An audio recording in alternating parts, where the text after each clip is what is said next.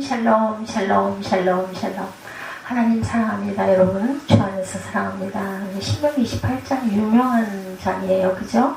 축복과 저주 14절까지 축복에 대한 거, 그리고 저주에 대한 거는 15절부터 68절까지 이렇게 많습니다. 저주가. 예, 그래서 불순종했을 때 불순종에 대한 저주가 대조가 되는 그러한 장이 신명기 28장. 모세는 축복과 저주에 대해서 구체적으로 내용을 언급하면서 이스라엘 백성들이 지혜로운 선택을 하도록 계속 권유하는 그러한 내용들이 펼쳐져 있어요. 오늘 전체 한번 보고 갑니다. 오늘날 모든 성도들도 모세의 이 권면이 가지고 있는 특이한 구조와 그 권면에 귀를 기울이면서 하나님의 음성을 들을 줄 알아야 되겠다. 오늘날에는 말씀만이 우리 성도들의 삶에 있어서 필수적인 요소이죠. 정말 말씀이 중요합니다. 첫 번째, 말씀 순종에 대한 축복이 1절부터 보면은 나오고 있어요. 18장 1절부터 보면서 갑니다. 순종하여 받는 복입니다. 레위기 26장 1절에서 13절, 신명기 7장 12절에서 24절까지 거기에서 나와 있어요. 내가 내 하나님 여호와의 말씀을 삼가 듣고 내가 오늘 내게 명령하는 그의 모든 명령을 지켜 행하면 내 하나님 여호와께서 너를 세계 모든 민족 위에 뛰어나게 하실 것이다. 이렇게 말씀하죠. 내가 내 하나님 여호와의 말씀을 청종하면 이 모든 복이 내게 임하며 내게 이르리니 성읍에서도 복을 받고 들에서도 복을 얻을 것이며 내 몸의 자녀와 내 토지의 소성과 내 짐승의 새끼와 소와 양의 새끼가 복을 받을 것이며 내 광주리와 떡반죽 그릇이 복을 받을 것이며 내가 들어와도 복을 받고 나가도 복을 받을 것이니라. 여호와께서 너를 대적하기 위해 일어난 적군들을 내 앞에서 패하게 하시리라. 그들이 한 길로 너를 치러 들어왔으나 내 앞에서 7길로 도망가리라. 모세는 지금까지 계속된 설교에서 말씀 순종을 강조했지만 28장에 이르러서는 더욱 목소리를 높여 순종을 권면하고 있습니다. 그는 말하기를 말씀을 삼가 들어라. 말씀을 잘 들어서 말씀에 대해 잘 파악하는 일이야말로 말씀을 지키기 위한 첫 걸음이라고 말하죠. 말씀을 들은 후에는 그것을 반드시 잘 지켜야 된다. 또한 말씀을 순종하는 일이야말로 하나님이 이스라엘 백성들에게 가장 중요하게 요구하시는 바다.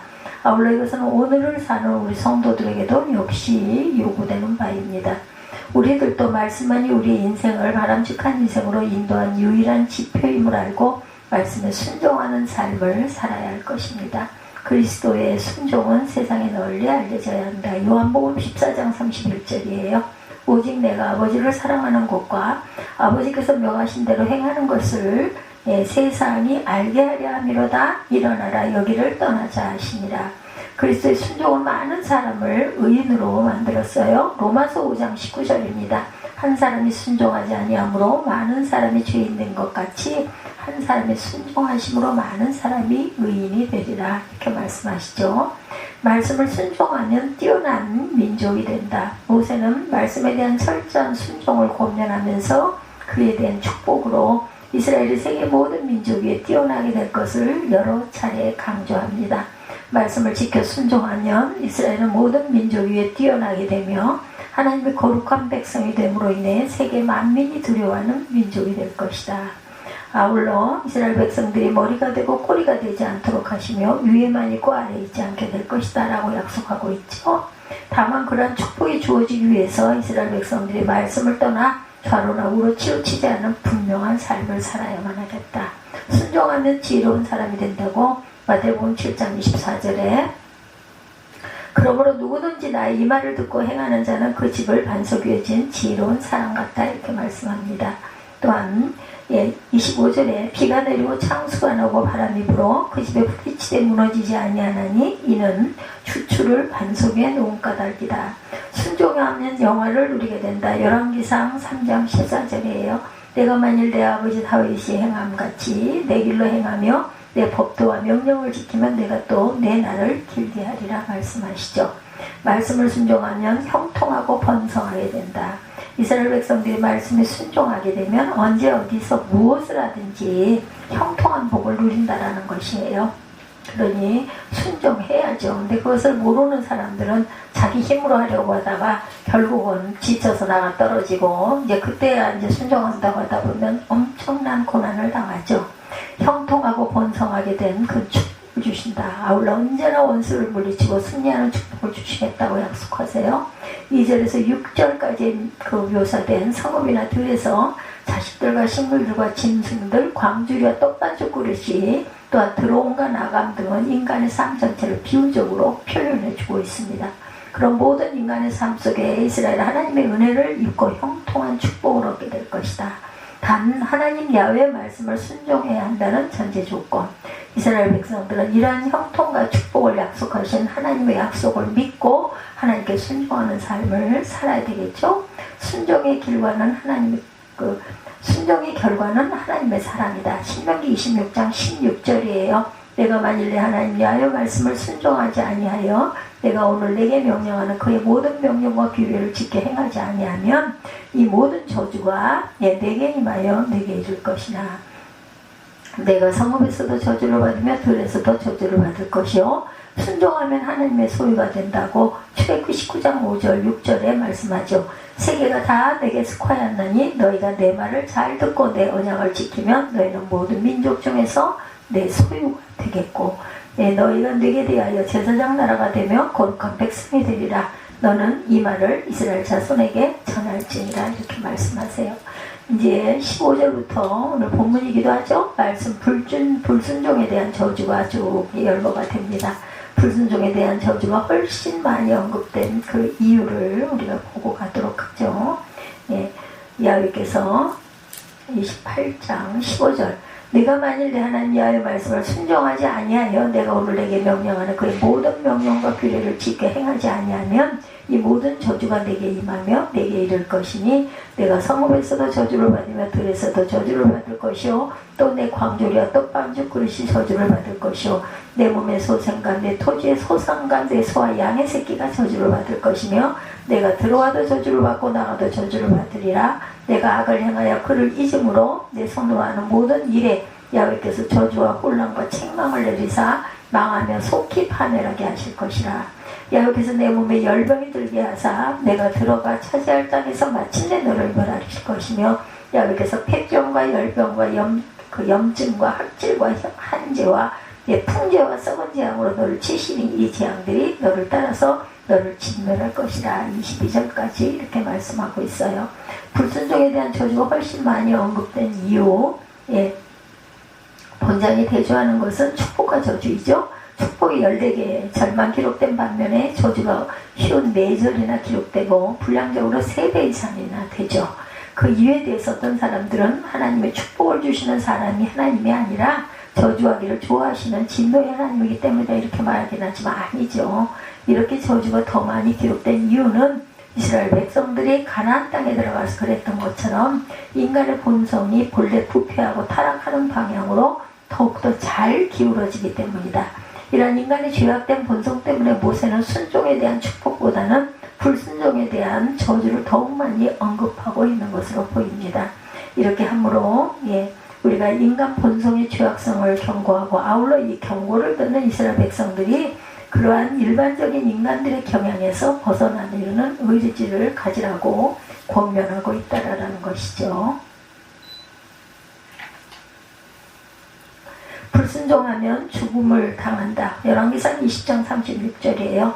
그가 그 사람에게 이르되 내가 야훼의 말씀을 듣지 아니하였으니 내가 나를 떠나갈 때 사자가 너를 죽이리라. 그 사람이 그의 길을 떠나가더니 사자가 그를 만나 죽였더라. 이렇게 말하고 있어요. 불순종하면 종말의 형벌을 받는다. 데살로니가후서 1장 8, 9절입니다. 하나님을 모르는 자들과 우리 주 예수의 복음에 복종하지 않는 자들에게 형벌을 내리시니 이전 자들은 주의 얼굴과 그 힘의 영광을 떠나 영원한 멸망의 형벌을 받으리로다. 이렇게 말씀하십니다. 말씀 불순종이 우리에게 초래할 하나님의 저주에 대해서 이스라엘이 하나님의 말씀을 순종하지 않을 때 본문에는 초래할 저주에 대한 아주 다양하고 반복적인 어조로 기록되고 있죠. 이전에 언급한 축복의 문구에 사용된 표현들이 전부 저주로 변하고 있습니다. 이후에 언급되는 말씀 가운데서도 이스라엘 백성들의 생활과 관습을 언급하면서 그 그러한 모든 것 모든 일 가운데 저주를 받을 것이다 이렇게 언급되어 있어요. 또한 그 저주는 이스라엘의 자손들에게까지 영원히 이어져서 말씀 불순종에 대한 표적이 될 것이다. 불순종하면 어떻게 해요? 버림을 받는다라고 말씀하세요. 23절부터 봅니다. 내 머리 위에 하늘은 노시되고 내 아래의 땅은 철이 될 것이며 야훼께서 비 대신에 티끌과 모래를 내 땅에 내리시니 그것들이 하늘에서 내 위에 내려 마침내 너를 멸하리라. 야훼께서 내 적군 앞에서 너를 패하게 하시니 내가 그들을 치러 한 길로 나가서 그들 앞에서 7길로 도망할 것이며 내가 또 땅의 모든 나라 중에 흩어지고 내 시체 공중의 모든 새와 땅의 짐승들이 밥이 될 것이나 그것들을 쫓아줄 자가 없을 것이며 야훼께서 애굽의 종기와 치질과 괴혈병과 피부병으로 너를 치시리니 내가 치유받지 못할 것이며 야훼께서 또 너를 미치는 것과 눈 머는 것과 정신병으로 치시리니 맹인이 어두운 데서 더듬는 것과 같이 내가 백주에다 더듬어 내 길이 형통하지 못하며 항상 압제와 노력을 당할 뿐이니 너를 구원할 자가 없을 것이며 내가 여자와 약혼하였으나 다른 사람이 그 여자와 같이 동침할 것이요 집을 건축하였으나 거기에 거주하지 못할 것이요 포도원을 심었으나 내가 그 열매를 따지 못할 것이며 내 소를 내 목전에서 잡았으나 내가 먹지 못할 것이며 내 나귀를 내 목전에서 빼앗겨도 도로 찾지 못할 것이며 내 양을 원수에게 빼앗길 것이나 너를 도와줄 자가 없을 것이며 내 자녀를 다른 민족에게 빼앗기고 종일 생각하고 찾음으로 눈이 피곤하여지나 내 손에 힘이 없을 것이며 내 토지 소산과 내 수고로 얻은 것이 내가 알지 못하는 민족이 먹겠고 너는 항상 압제와 학대를 하들 뿐이니 이러므로 내 눈에 보이는 일로 말미암아 내가 미치리라. 미친다는 거예요. 야훼께서 내 무릎과 다리를 쳐서 고치지 못한 심한 종기를 생기게 하여 발바닥에서 정수리까지 이르게 하시리라. 야훼께서 너와 내가 세울 내 임금을 너와 내 조상들이 알지 못하던 나라로 끌어가시니 내가 거기서 목속으로 만든 다른 신들을 섬길 것이며 야훼께서 너를 끌고 가시는 모든 민족 중에서 내가 논란과 속담과 비방거리가 될 것이라. 내가 많은 종자들 들에 뿌릴지라도 메뚜기 먹음으로 거둘 것이 적을 것이며 내가 포도를 심고 가꿀지라도 벌레가 먹음으로 포도를 따지 못하고 포도주를 마시지 못할 것이며 내 모든 경내에 감람나무가 있을지라도 그 열매가 떨어지므로 그 기름을 내 몸에 바르지 못할 것이며 내가 자녀를 낳을지라도 그들이 포로가 되므로 너와 함께 있지 못할 것이며 내 모든 나무와 토지소사는 메뚜기가 먹을 것이며 너희 중에 우고하는 이방인은 점점 높아져서 내 위에 뛰어나고 너는 점점 낮아질 것이며 그는 내게 구워줄지라도 너는 그에게 구워주지 못하리니 그는 머리가 되고 너는 꼬리가 될 것이라. 44절까지 우리가 보았습니다. 불순종하면 버림을 받는다고 말하죠. 사무엘상 15장 26절에 사무엘이 사울에게 이르되 나는 왕과 함께 돌아가서 돌아가지 아니하리니 왕이 야훼 말씀을 버렸으므로 야훼께서 왕을 버려 이스라엘 왕이 되지 못하게 하셨습니다 하고 말하죠. 사울을 버리는 장면입니다. 불순종하면 포로로 잡혀간다. 열왕기하 18장 11, 2절이죠. 아수르 왕이 이스라엘을 사로잡아 아수르에 이르고 고산 강가에 있는 할라와 하골과 메대 사람의 여러 성읍에 두었으니 이는 그들이 하나님 야훼 말씀을 듣지 아니하고 그의 언약과 야훼의 종 모세가 명령한 모든 것을 따르지 아니하였습니다. 불순종에 대한 표적들이 이렇게 계속 나타나죠. 인간 죄악의 심각성을 또한 보여줍니다. 28장에 언급되는 모든 저주, 말씀에 불순종하는 이스라엘 백성들이 당하게 될 저주를 실제적으로 보여주고 있어요. 아울러 이러한 저주의 모습은 죄로 말미암아 죽을 수밖에 없었던 인간이 처하게 될 비참한 상태를 보여줍니다. 하나님의 은혜가 없었다면 모든 인간은 그렇게 심각한 저주를 받을 수밖에 없었어요.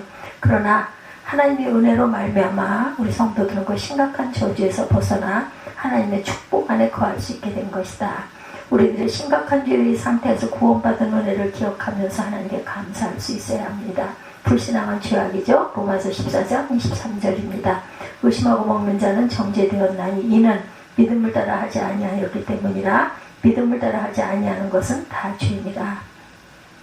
범죄의 결과로 죄의 종이 된다라고 요한복음 8장 34절에 예수께서 대답하시되 진실로 진실로 너희에게 이르노니 죄를 범하는 자마다 죄의 종이다 이렇게 말씀합니다. 그래서 우리 44절까지 읽었으니 마지막까지 읽고 보도록 합니다.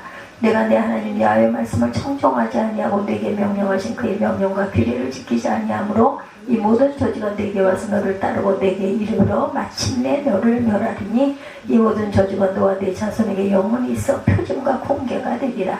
내가 모든 것이 풍족하여도 기쁨과 즐거운 마음으로 내 하나님 야훼를 섬기지 아니함으로 말미암아 내가 줄이고 목마르고 헐벗고 모든 것이 부족한 중에서 야훼께서 보내서 너를 치게 하실 적군을 섬기게 될 것이니 그가 철멍에를 내 목에 메워 마침내 너를 멸할 것이라. 곧 야훼께서 멀리 땅 끝에서 한 민족을 독수리가 날아오는 것 같이 너를 치게 하시니 이는 내가 그 언어를 알지 못하는 민족이요 그 용모가 흉악한 민족이라. 노인을 보살피지 아니하며 유아를 불쌍히 여기지 아니하며 내 가축의 새끼와 내 토지의 소산을 먹어 마침내 너를 멸망시키며 또 곡식이나 포도주나 기름이나 소의 새끼나 양의 새끼를 너를 위하여 남기지 아니하고 마침내 너를 멸절시키리라. 그들이 전국에서 내 모든 성읍을 에워싸 내게 의뢰하는 높고 견고한 성벽을 다 헐며 내 하나님 야훼께서 내게 주시는 땅의 모든 성읍에서 너를 에워싸리니 내가 적군에게 에워싸이고 맹렬한 공격을 받아 곤란을 당함으로 내 하나님 야훼께서 내게 주신 자녀고 내 몸의 소생의 살을 먹을 것이라. 너희 중에 온유하고 연약한 남자까지도 그의 형제와 그의 품의 아내와 그의 남은 자녀를 미운 눈으로 바라보며 자기가 먹는 그 자녀의 살을 그중 누구에게든지 주지 아니하리니 이는 내 적군이 내 모든 성읍을 에워싸고 맹렬히 너를 쳐서 곤란하게 함으로 아무것도 그에게 남음이 없는 까닭일 것이며 또 너희 중에 온유하고 연약한 부녀 곧 온유하고 연약하여 자기 발바닥으로 땅을 밟아보지도 아니하던 자라도 자기 품의 남편과 자기 아내를 미운 눈으로 바라보며 자기 다리에 쓸새 나온 태와 자기가 낳은 어린 자식을 남몰래 먹으리니 이는 내 적군이 내 생명을 에워싸고 맹렬히 쳐서 곤란하게 함으로 아무것도 얻지 못함이리라. 내가 만일 이 책에 기록한 이 율법의 모든 말씀을 지켜 행하지 아니하고 내 하나님 야훼라 하는 영화롭고 두려운 이름을 경외하지 아니하면 야훼께서 내 재앙과 내 자손의 재앙을 극렬하게 하시리니 그 재앙이 크고 오래고 질병이 중하고 오래일 것이라. 야훼께서 내가 두려워하던 애굽의 모든 질병을 내게로 가져다가 내 몸에 들어 붙게 하실 것이며 또 이 율법책에 기록하지 아니하는 모든 질병과 모든 재앙을 내가 멸망하기까지 야훼께서 내게 내리실 것이니 너희가 하늘의 별같이 많을지라도 내 하나님 야훼의 말씀을 청종하지 아니하므로 남은 자가 얼마 되지 못할 것이라. 야훼께서 너에게 선을 행하시고 너희를 번성하게 하시기를 기뻐하시던 것 같이 이제는 야훼께서 너희를 망하게 하시며 멸하시기를 기뻐하시니 너희가 들어가 차지할 땅에서 뽑힐 것이요 야훼께서 너를 땅 이 끝에서 저 끝까지 만민 중에 흩으시니 내가 그곳에 너와 내 조상들이 알지 못하던 목소 구상을 섬길 것이라. 그 여러 민족 중에서 내가 평안함을 얻지 못하며 내 발바닥에 쉴 곳도 얻지 못하고 야훼께서 거기에서 내 마음을 떨게 하고 눈을 쇠하게 하고 정신을 산란하게 하시리니 내 생명이 위험에 처하고 주야로 두려워하며 내 생명을 확신할 수 없을 것이라. 내 마음의 두려움과 눈에 보이는 것으로 말미암아 아침에는 이르기를 아하 저녁이 되었으면 좋겠다 할 것이요 저녁에는 이르기를 아하 아침이 되었으면 좋겠다 하리라. 야훼께서 너를 배에 싣고 전에 내게 말씀하여 이르시기를 내가 다시는 그 길을 보지 아니하리라 하시던 그 길로 너를 애굽으로 끌어가실 것이라. 거기서 너희가 너희 몸을 적군에게 남녀 종으로 팔려 하나 너희를 살 자가 없으리라. 팔려고 해도 사람이 없다고 얘기합니다. 이게 신명기 18장의 결론이죠. 말씀에 대한 순종과 불순종의 여부로 축복과 저주의 양분된 결과를 선명하게 설명하는 28장. 우리 모두가 어떠한 삶을 살아야 하는가 분명하게 보여주죠. 우리 성도들의 삶은 언제나 말씀에 순종하는 것이어야 한다. 말씀에 대한 순종이야말로 우리 성도들 가장 중요한 신앙의 덕목이라고 할 수 있죠. 우리는 인생에서 말씀으로 방향을 잡고 기도로 추진되는 믿음으로 하나님께 영광 돌리는 삶을 살 수 있을 것입니다. 어릴 때 기억 중에 부모님에 관한 가장 서운했던 기억 여러분들도 아마 있으시죠? 부모님께 대한 서운한 기억이란 종류가 참 많고 다양하겠지만 아마 자녀로서 부모에게 느끼는 가장 서운한 그 감정은 부모가 사랑을 주지 않는다거나 그렇죠? 부모가 너는 내 자식이 아니야 라는 종류의 말을 들을 때 생기지 않을까. 근데 믿지도 않죠. 저는 어렸을 때 다리 밑에서 주워왔다는 소리가 엄청 많이 들었는데 처음에는 그거 가지고 울기도 하고 나중에는 그냥 맨날 하는 소리다 보니까 그냥 그러려니 하고 들었어요. 우리 애초 부모로부터 사랑을 받고 자라도록 창조되었기 때문에 부모에게서 소외받거나 부모가 나를 향해 자식이 아니라고 할 때 가장 큰 상처와 서운함을 받는 것 같아요. 근데 저는 그렇진 않았습니다. 하나님의 자녀에게 있어서 가장 큰 슬픔과 아픔은 과연 무엇일까? 아마 동일한 선상에서 이야기할 수 있지 않을까 싶습니다. 하나님의 자녀에게 있어 가장 큰 고통은 하나님께서 자녀인 우리를 향해서 너는 내 자녀가 아니다 라고 하는 것은 아닐까. 예를 들어 시내산에서 이스라엘 백성이 금송아지를 만들므로 범죄했을 때 하나님께서 주신 말씀은 너희로 젖과 꿀이 흐르는 땅에 이르게 하려니와 나는 너희와 함께 올라가지 아니하니라. 출애굽기 33장 3절입니다. 라는 거죠. 젖과 꿀이 흐르는 가나안 복지를 얻는다 한들 거기에 하나님께서 동행하지 않는다면 이스라엘은 아무런 의미가 없다. 그러나 하나님께서는 그들만 올라가라고 하셨고 그 다음 절에 의하면 백성은 이 황송한 말씀을 듣고 슬퍼하며 한 사람도 그 몸을 단장하지 아니하였다. 이렇게 4절에 출애굽기 33장 4절에 말씀하고 있습니다.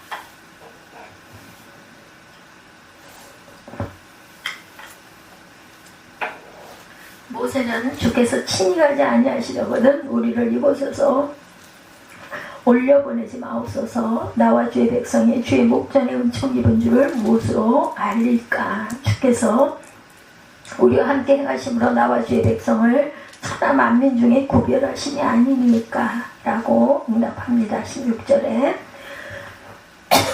즉 하나님이 함께 계시지 않는다면 하나님의 백성은 아무런 삶의 의미도 없고 존재한다는 것 자체가 무의미하다 이렇게 대답을 한 겁니다. 하나님의 백성에게서 가장 큰 시험과 슬픔은 하나님께서 우리를 자식으로 여겨주시지 않는 것이다. 언약 저주의 특성입니다. 우리가 언약의 복과 저주 중에서 저주와 관련된 항목들을 살필 때 알 수 있는 중요한 특성 중에 하나가 바로 언약 저주의 특성. 언약 저주는 여러 가지 특성을 동시에 가지고 있지만 그중 가장 두드러진 특성은 바로 하나님의 백성이 다른 민족처럼 되는 것이에요. 그렇겠죠. 언약 자녀가 우상을 섬기는 그런 믿음이 없는 그런 나라를 쫓아갈 때 얼마나 하나님 마음이 아프시겠어요. 신명기 28장의 앞부분에 나왔던 언약의 복과 반대들은 불순종할 때의 언약적 저주는 몇 가지 주제로 구성됩니다. 먼저 15절부터 19절까지 말씀은 일종의 저주 서론격으로 앞에 1절에서 6절에 나왔던 언약의 복과 정반대되는 내용이죠. 18장 1절에서 6절까지 보고 갑니다. 이럴 때 아니면 우리가 이거 찾아보기가 신경쓰기가 어려우니까 보고 가죠. 1절에서 6절. 내가 내 하나님 야훼의 말씀을 삼가 듣고 내가 오늘 내게 명령하는 그의 모든 명령을 지켜 행하면 내 하나님 야훼께서 너를 세계 민족 위에 뛰어나게 하실 것이라. 내가 내 하나님 야훼의 말씀을 청종하면 이 모든 복이 내게 임하며 내게 이르리니 성읍에서도 복을 받고 들에서도 복을 받을 것이며 내 몸의 자녀와 내 토지의 소산과 내 짐승의 새끼와 소와 양의 새끼가 복을 받을 것이라. 내 광주가 떡반죽 그릇이 복을 받을 것이며 내가 들어와도 복을 받고 나가도 복을 받을 것이라. 야훼께서 너를 대적하기 위해 일어난 적군들을 내 앞에서 패하게 하시리라. 그들이 한 길로 너를 치러 들어왔으나 내 앞에서 어때요? 7길로 도망가리라. 야훼께서 명령하사 내 창고와 내 손으로 하는 모든 일에 복을 내리시고 내 하나님 야훼께서 내게 주시는 땅에서 내게 복을 주실 것이며 야훼께서 내게 맹세하신 대로 너를 세워 자기의 성민이 되게 하시니 이는 내가 내 하나님 야훼의 명령을 지켜 그 길로 행할 것이니라. 이렇게 말씀하고 있습니다. 그래서 질병으로 주어지는 저주, 즉 이스라엘 백성들의 몸에 내리는 저주들, 경작 뭐예요? 그 농사죠. 내리는 농사를 지어도 소득을 얻지 못할 것이다 이렇게 얘기하죠. 그래서 성읍들과 들은 사람의 활동 공간 모두를 가리키고 광주의 떡반죽 그릇은 양식에 관한 것이죠. 소생, 소산, 새끼들이 태어날 시에 관한 것들입니다. 그래서 이 모두에게 복이 있을 것이다 한 것과 반대로 오늘 본문에서 이것들은 모두에게 저주가 있을 것이다 라는 말씀으로 대구가 되어 있다. 그 다음 나타나는 저주의 그 양상을 대략 보면 경작에 내리는 저주, 농사를 지어도 소득을 얻지 못하리라. 이 저주를 23절에서 24절, 33절에서 또한 38절에서 40절 질병으로 주어지는 저주 중 이스라엘 백성들의 몸에 내리는 저주가 21, 2절, 27절, 29절, 27절에서 29절까지, 59절에서 62절까지, 59절에서 62절까지 한번 볼까요? 59절에서 62절까지 야훼께서 내 재앙과 내 자손의 재앙을 극렬하게 하시니 그 재앙이 크고 오래고 질병이 중하고 오래일 것이라. 야훼께서 내가 두려워하던 애굽의 모든 질병을 내게로 가져다가 내 몸에 들어붙게 하실 것이며 또 율법책에 기록하지 아니하던 모든 질병과 모든 재앙을 내가 멸망하기까지 야훼께서 내게 내리실 것이니 너희가 하늘의 별같이 많을지라도 내 하나님 야훼의 말씀을 청종하지 아니하므로 남은 자가 얼마 되지 못할 것이라. 남은 자가 거의 없을 것이라는 거예요. 소수는 남겨놓으세요. 항상 보면, 그죠? 그래서 전쟁으로 주어지는 저주, 즉 이스라엘이 전쟁을 해서 대패하고 쫓겨나게 될 것이다. 25, 6절, 36절에서 44절 말씀이죠. 이 세 가지 저주로 대략 볼 수가 있다. 즉 하나님께서는 이스라엘 백성들이 불순종할 때 땅을 치셔서 그들의 삶의 소득을 얻게 하시고, 두 번째 그들의 몸을 치셔서 병을 통해 살 소망이 얻게 하시고, 결국은 전쟁을 통해 이 모든 것들을 빼앗아 가심으로 그들에게 임할 모든 복을 완전히 없애버리시겠다. 이렇게 말씀해요. 36절에서 44절까지가 전쟁에 관한 부분이죠. 네, 36절에서 44절.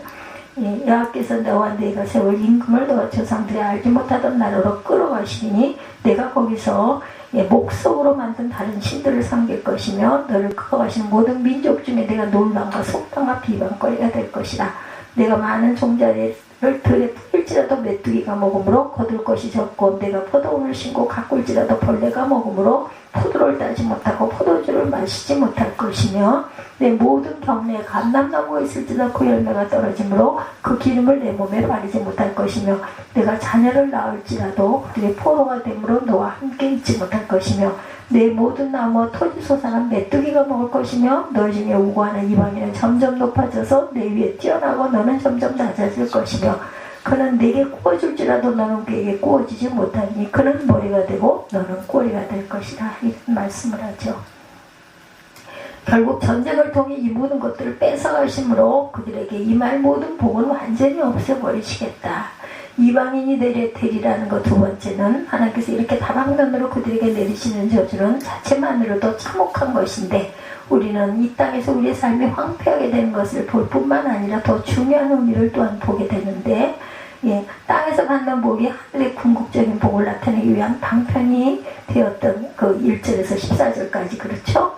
땅에서 받는 저주 역시 하늘의 복에 참여하는 것을 끊어버리는 것이 될 것이다. 그러므로 정확하게 말하자면 이 겉모습으로 오게 참혹해 보이는 형벌은 사실은 단순한 참상이 아니라 성경 신학적인 저주라는 것입니다. 이것은 하나님께서 이미 주신 복들과 그들이 하나님의 백성으로 불리움받았던 이전의 상황들과 밀접하게 연관이 되어 있다.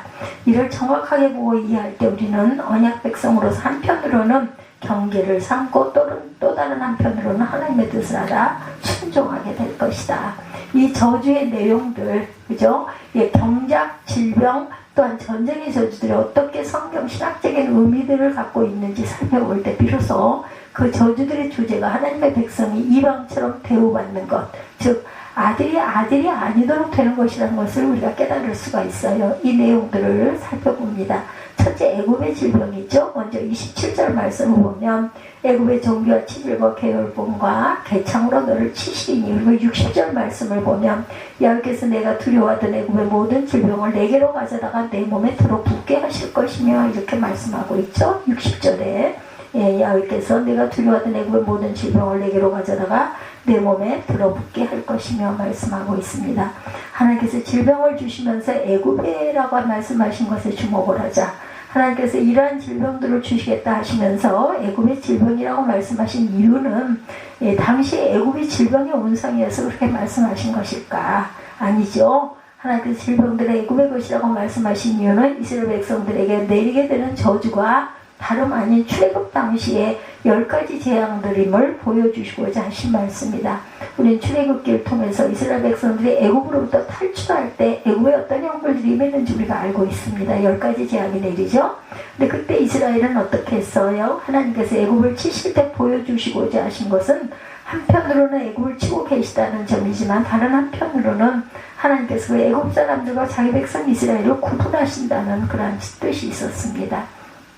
출애굽기 8장 23절에 하나님께서 재앙들로부터 자기 백성을 구분하시는 점이 분명하게 드러납니다. 출애굽기 8장 22~23절 보죠. 그날에 내가 내 백성에 거하는 고센 땅을 구별하여 그곳에서 파리떼가 없게 하리니 이로 말미암아 나는 세상 중에 야훼인 줄을 네가 알게 될 것이라. 내가 내 백성과 내 백성 사이에 구별을 두리니 내일 이 표징이 있으리라. 이렇게 말씀하세요. 하나님께서 파리떼를 애굽 사람의 집에만 있게 하셨고 악질과 독종의 애굽의 모든 가축들과 사람들을 칠 때에도 이스라엘 사람들과 그들의 가축들을 구별하셨다.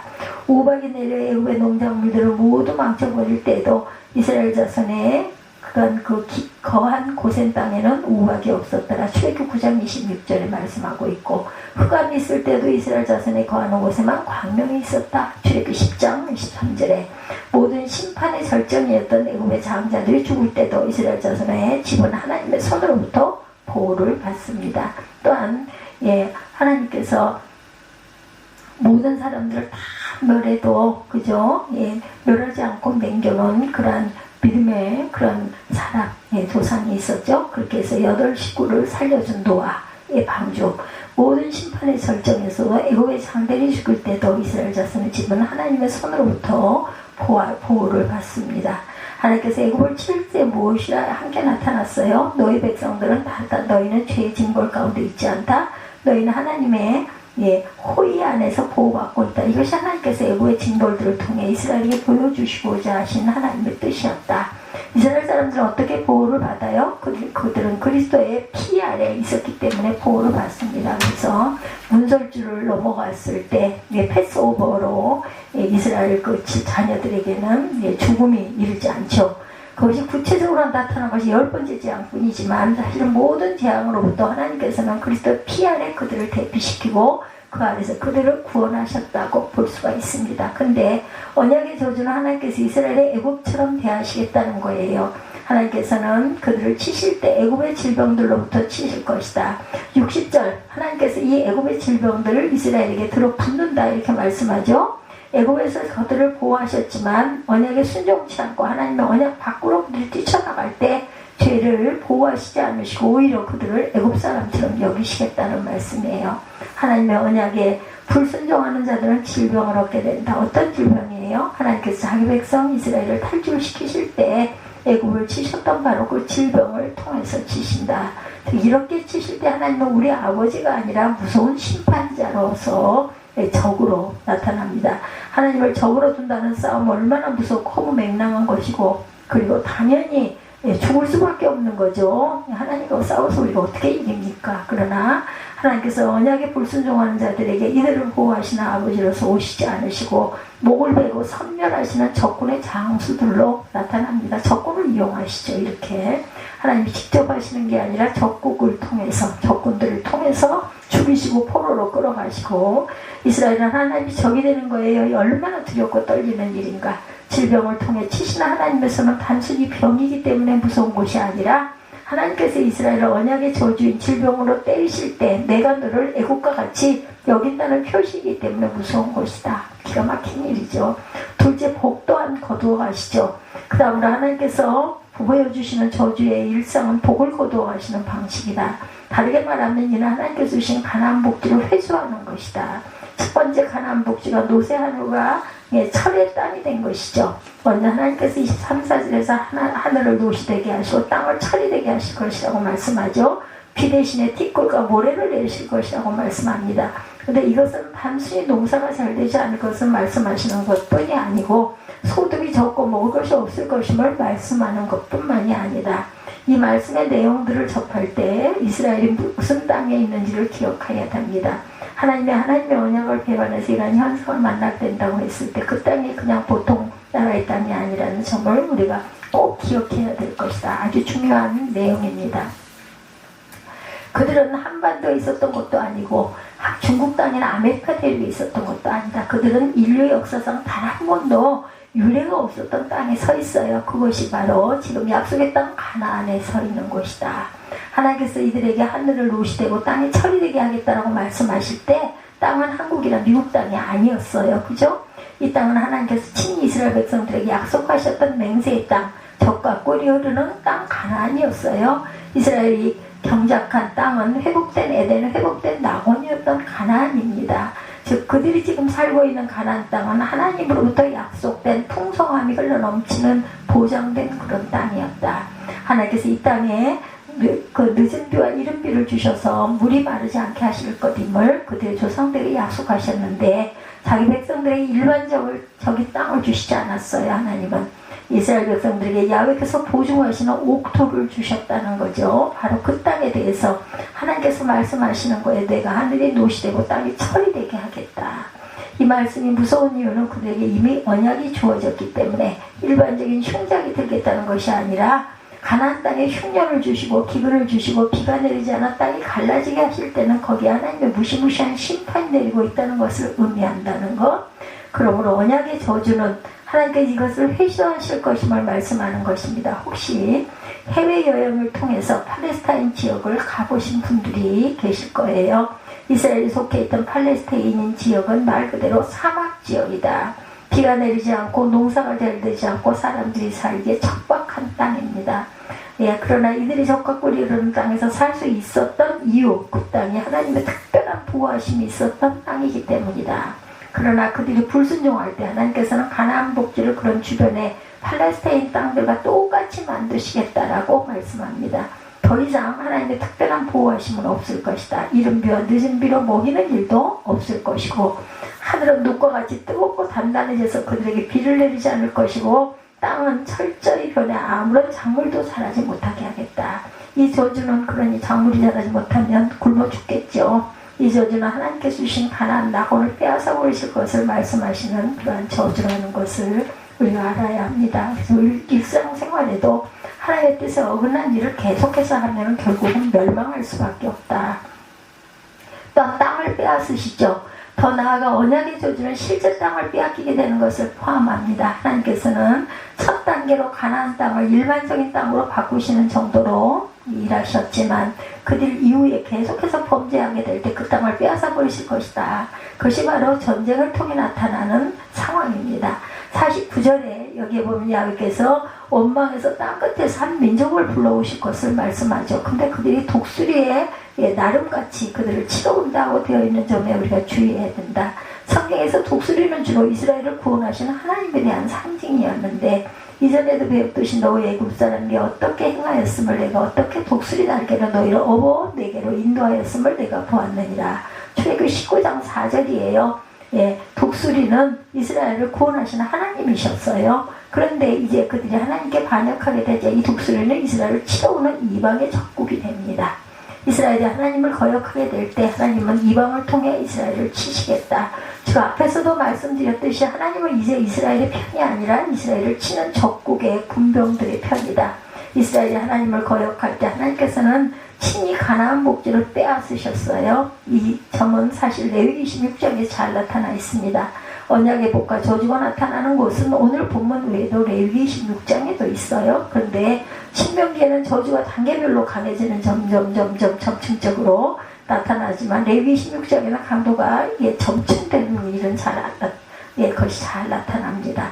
레위기에 이런 일을 당하여도 너희가 내게 돌아오지 아니하고 나는 문구가 반복적으로 사용되어서 그 저주의 강도가 점점 더 강해지는 것을 보여주는데 이 언약적 저주의 끝이 바로 약속의 땅을 빼앗기고 이스라엘의 세계에 흩어지는 것으로 나라가 그래서 분열이 되죠. 다시 지금은 이스라엘 땅이 있지만 나라가 섰죠. 우리는 이스라엘 역사를 통해서 이스라엘이 실제로 언약 저주의 끝까지 올라갔다는 것을 알고 있어요. 실제로 이스라엘은 아수르와 바벨론에게 나라를 빼앗기고 세계 곳곳으로 흩어진 약속의 땅을 잃어버린 자들이 되었었죠. 이 역시 단순히 국가적 제한인 것이 아니라 하나님께서 언약 안에 있지 않았던 이스라엘에게 약속의 땅, 복지였던 가나안 땅을 빼앗으신 일을 표현하고 있습니다. 세 번째, 자식을 스스로 먹어 아브라함의 축복을 거꾸로 되돌리죠. 어떻게 자식을 먹었는지 이해도 안 되지만 어찌됐든 간에 거짓말이 아니라 얼마나 죽을 수도 없고 굶어 죽을 수가 없으니까 먹을 수 있는 게 자식밖에 없고 아까 우리 읽으면서 보니까 절대로 남에게 주지 않았다 그러죠. 그것도 아까워 가지고 먹어야 사니까. 하나님께서 가나안 복지를 회시하시는 일은 동시에 다른 한 조항과도 연결이 되어 있는데, 약속의 땅이란 하나님께서 아브라함에게 약속하신 것이죠. 그런데 하나님께서는 아브라함에게 두 가지 약속을 하셨어요. 하나님은 아브라함에게 내 씨가 많게 될 것, 또한 그 다음에는 약속의 땅을 주실 것, 두 가지였죠. 즉 언약의 저주가 약속의 땅을 빼앗으실 것과 관련되어 있다는 것은 우리에게 곧바로 첫 번째 약속도 떠올리게 합니다. 첫 번째 약속은 씨가 많아지는 거, 그죠? 예, 이것을 거꾸로의 상황을 씨가 줄어드는 것이다. 53절부터 57절까지 나와 있는 말씀은 끔찍한 상황이에요. 여기 나와 있는 말씀은 이스라엘이 적국에게 쫓겨 성이 포위하게 되고 결국은 양식이 없어 자기의 자식을 잡아먹게 될 것임을 말씀하는 장면, 기가 막힌 장면이죠. 55절과 57절에도 보면 이들은 자기의 자식을 그냥 잡아먹을 뿐만 아니라 다른 사람들이 그것을 달라고 할까 해서 집에 문을 걸어 잠그고 조용히 잡아먹을 것이다, 이렇게 되어 있습니다.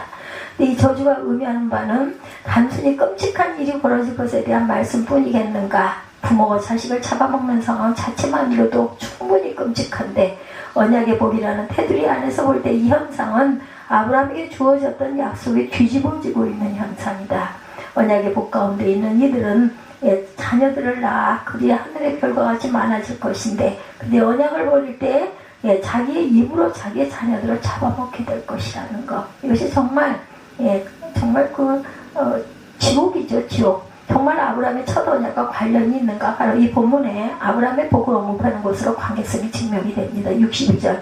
너희가 하늘의 별같이 많았을지라도 내 하나님 야훼의 말씀을 순종치 아니하므로 남은 자가 얼마 되지 못할 것이다, 이렇게 말씀합니다. 참혹한 상황. 하나님께서는 언약의 복을 회수하신다는 것은 그들에게 주셨던 복을 모조리 빼앗아 가시는 것이다. 그 복이란 자기 몸에서 태어났던 아이들을 자기 몸속으로 집어넣는 상황을 포함합니다. 실로 끔찍하고 무서운 일이 아닐 수 없죠. 셋째, 다시 노예가 되게 하십니다. 그리고 마지막으로 이 언약적 저주, 즉 하나님께서 주셨던 복을 되돌이키시는 일은 마지막으로 그들을 다시 애굽의 종된 상대로 돌려보내시는 것으로 마무리하죠. 68절에 보면 말씀하고 있습니다. 너희 야훼께서 너를 배에 실으시고 전에 내게 고하여 이르기를 내가 다시는 그 길을 보지 아니하리라 하시던 그 길로 너를 애굽으로 끌어가실 것이라. 거기서 너희가 너희 몸을 대적에게 노비로 팔려 하나 너희를 살 자가 없으리라. 팔려고 해도 사가는 사람도 없다. 하나님께서 이 신명기 28장을 통해서 말씀하시고 있는 언약의 저주 중에 언약의 복과 관련되어 있지 않은 것이 하나도 없습니다. 모든 언약의 저주는 언약의 복을 빼앗기게 되는 것, 언약의 복의 상태를 삭신하게 되는 것이죠. 그래서 이것은 단순히 불행이 아닌 하나님께서 저주로 말씀하실 때는 그들이 그 일을 닥치게 될 때 하나님께서 자신들에게 얼마나 복된 상황을 주셨는지를 보게 하는 것이다.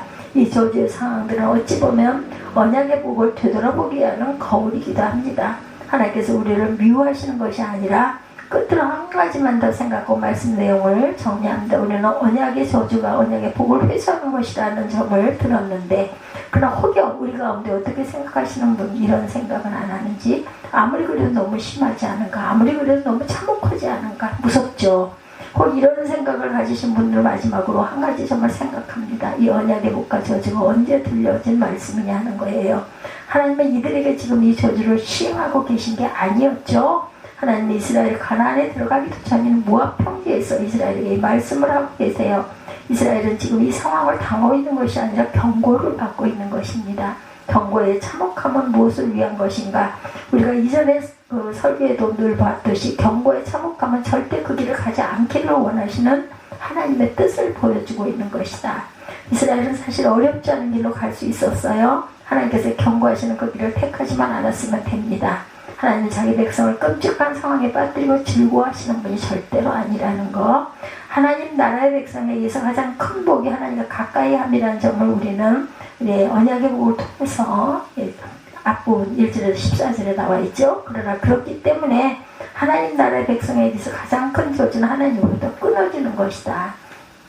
하나님께서는 자신에게서 끊어지는 것이 매우 고통스럽고 슬픈 일이면 자녀들에게 알려주기 위해서 땅의 고통을 부여하셨어요. 그러므로 하나님의 자녀들은 이 땅의 고통을 만났을 때 서둘러 하나님께로 자신의 발걸음을 되돌이킬 줄 알아야 되겠다.